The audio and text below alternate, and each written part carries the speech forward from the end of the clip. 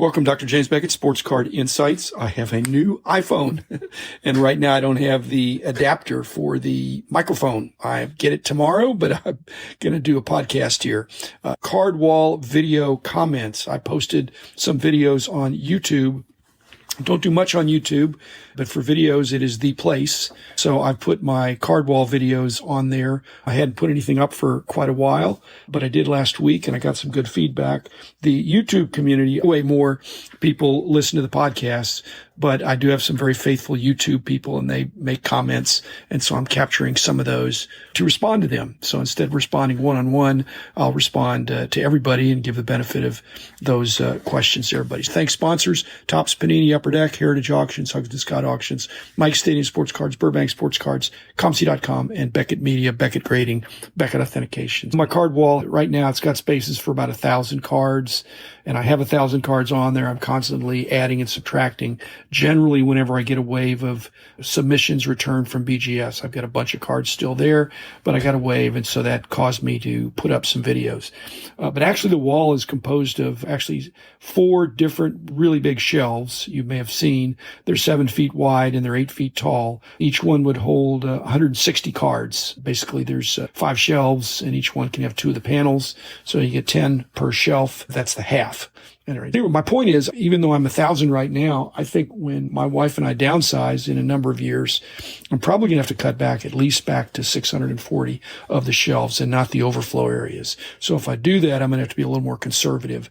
But still, on these videos, I don't have to be conservative. I'm showing what's on the wall and also some other things that were under consideration for being on the wall. Got some comments. First was from Mike Steveline, a faithful friend. And he gives me feedback occasionally when he's doing the Baseball Card Hall of Fame and other things. He mentioned he really enjoyed binge watching. He's one of the ones that really encouraged me to do it.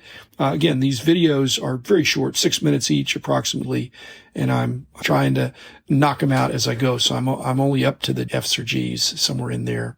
But anyway, Mike is going through and he's making a list of cards that I'm showing that he'd like to own. It's a registry, but Mike, be careful because there's really too many one-of-ones and too many sentimental favorites that I have. Nevertheless, you may see some cards you think, hey, I'd like to collect that. He mentions the cards I got in Hawaii. Actually, my parents lived in Hawaii, so I actually got some cards in Hawaii back before the shows even existed. Got some great collections in Hawaii. So the Hawaii trade show cards, the old National Convention cards, and a lot of the promo and test issue and executive type cards that I have. And I'm trying to show them, not exhaustively, but a sprinkling. Also, he mentions Mike Kramer's book, that he's really enjoying that. And I finished it now after interviewing Mike. I got it like a couple of days after the interview was over. But Mike's a great guy, really a pioneer. And Mike Steveline really enjoyed learning about the DF1 wax wrapper machines that Mike mechanically adapted. And Mike Steveline asked me, have you ever seen one in person? Of course I have, because I've been to Mike Kramer's place, and I remember seeing that. And my regret is I didn't know all the backstory when I saw the machine that was one of his several pride and joys.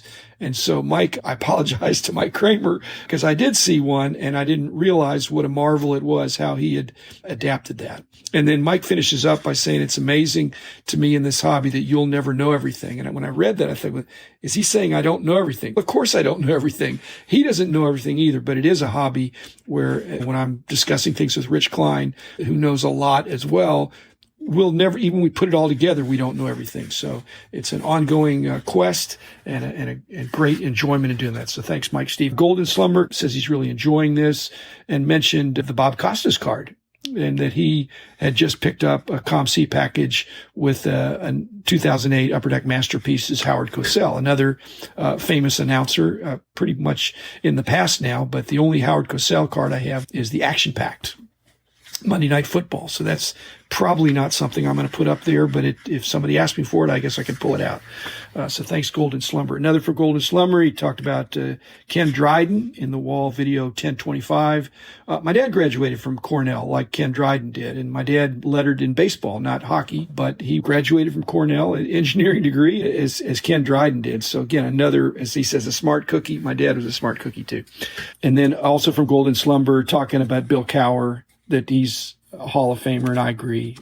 If I were going to have two cards up there, he's got an APBA, APBA, the APBA game. There's no picture on the card, and so that's why I didn't choose it. I have it, and I think it's interesting because it's active of when Bill Cowher was a player. Nice note from John Mangini of the Mangini collection, echoing that Cowher power as a Pittsburgher, I think, as I live there as well, that anybody with that Pittsburgh connection and Bill Cowher, very successful coach and a worthy potential Hall of Famer for the Football Hall of Fame. SB123 mentions, I got into the figure skating. I had a Michelle Kwan. I didn't have Michelle Kwan. I had Christy Yamaguchi and Peggy Fleming. Okay, but anyway, he says he's got Michelle Kwan Winter Olympics autograph, which is one of his rare cards. I think I'm probably going to delete some of these things that have less personal meaning to me. I'm realizing just cutting down to 1,000 is probably not enough. I'm going to cut back to 640. Even some of these very personal things, once I have them on the wall and somebody sees them and says, hey, that's nice, especially if it's the person, then maybe I'll take it down and put something that has broader interest. Beansball Card Blog, Ken Kinsley mentions that he also likes the announcer cards because he said that's what he went to school to become. And so I think, Ken, you do have a voice for it. And I've never really aspired to that, but I do have in the announcer cards. They're very public. But thanks for sharing that. And I think a lot of people are going to really connect with some of these obscure announcer cards. Also from Ken mentioning that he is working on the T210, the Old Mills, and that he's also working on the Galveston and Dallas cards and the Fort Worth team set that for local interest. And the trivia for that, I think that's the only card, that Dallas card there that's alphabetized under Dallas is possibly the only card on my wall that is not alphabetized by name, because that's not the player's name. And then lastly, from Ken, talking about Dave Dravecky, that he had read his autobiography a dozen times as a kid, even though he doesn't like reading. Again, a very inspiring story. But it just shows that sports cards are good. If you're a mom or a dad and your kid gets into sports cards, if they'll just read the back or study the math on the back, they're going to be better at math and reading and do well in school. Then from John Keating, my friend in the Philadelphia area, that 70s card show, he is pushing back on the Ed. Again, I've mentioned that he had a dark demise and that it's a little bit of a downer. I don't know. I just don't have a very significant Ed Delahanty card. He had a shorter career, life nipped in the bud. And so unless I get somehow a great Ed Delahanty card, which I would trade, I wouldn't buy it. It'd be 4 or 5 figures of the cards I would be looking for. So probably not.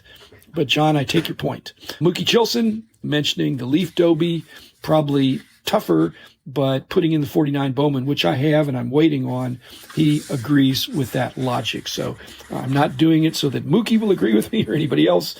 It is my personal wall, but there are some choices like that that are personal to me. The 49 Bowmans, I don't think they're an attractive set, but Dobie is worthy of a card, and that's probably a good one for me to put on there. Shane had a couple of comments. One, that Mike Kramer absolutely has to make the wall. Well, indeed, I had already slabbed that. He was one of the first ones I thought about. Again, not a player, but a very significant hobby figure. My only regret is I didn't get Mike to autograph it. Now, he hasn't gone anywhere, but I've already slabbed it. So again, Mike is hopefully going to be in good health for a long time, being in remission from his cancer. And also Shane McNew mentioned that he'd ordered sets from Fritsch, Larry Fritsch, who also is on the wall.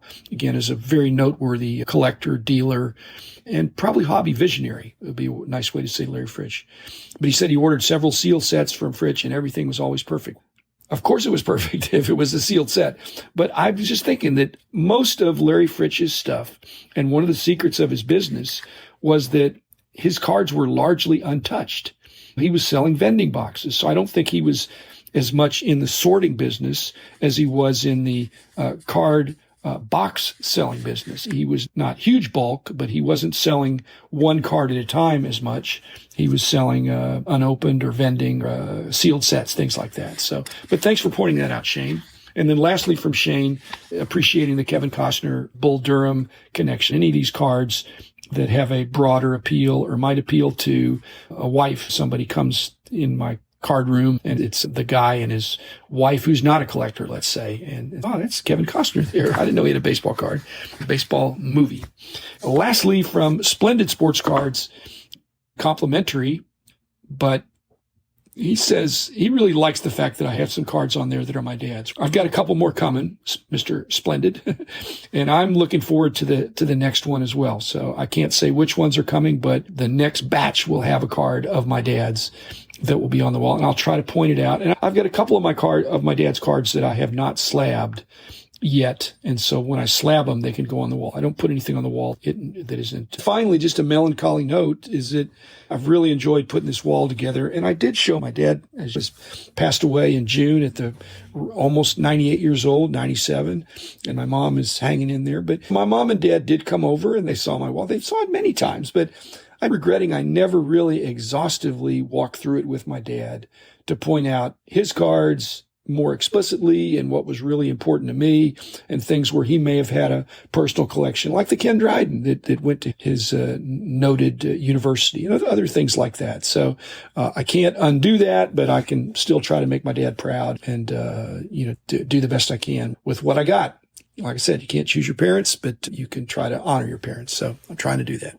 So thanks, everybody, and I hope you've enjoyed the videos. I've enjoyed them. It's a little bit of work, and I know my production quality is not great, but hopefully you'll get 6 minutes worth of enjoyment that's worth your time. Be back again in a couple of days, and thanks again for your questions.